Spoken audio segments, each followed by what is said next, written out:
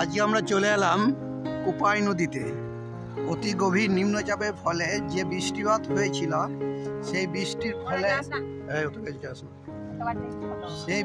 ফলে এই কোপাই নদীতে বিশাল সেই গভীর নিম্নচাপের ফলে প্রচুর বৃষ্টি হয়েছিল। সেই বৃষ্টির ফলে কোপাই নদীতে বন্যা আসে।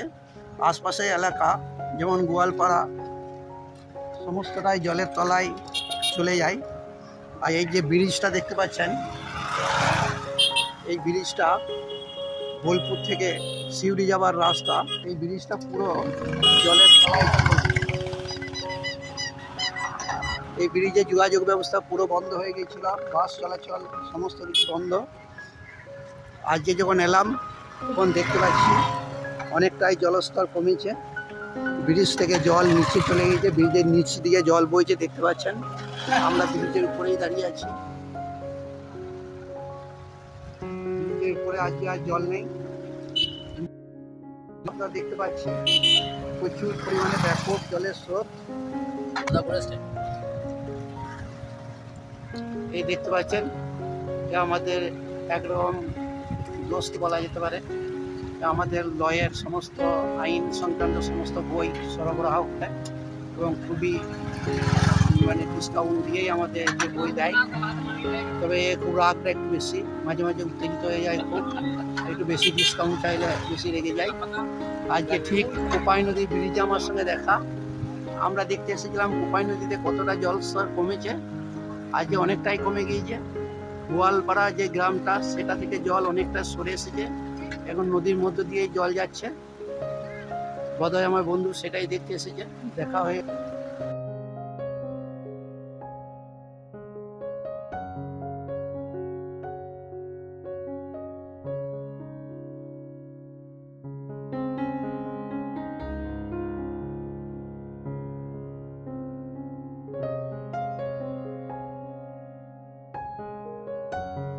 মাছ ধরছে।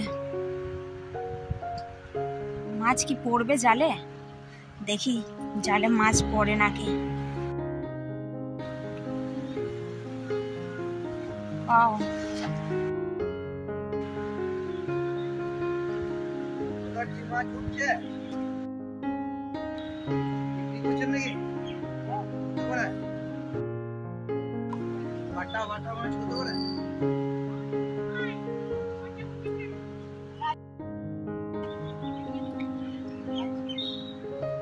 দেখুন এই যে দাদা মাছ ধরছে। দাদা জালে মাছ পড়ে নাকি দেখছি।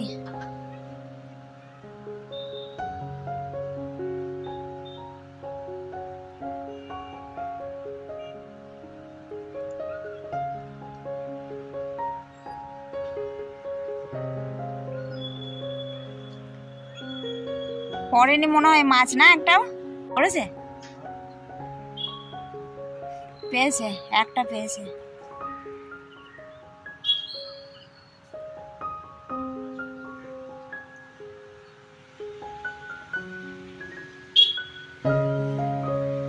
গভীর জল।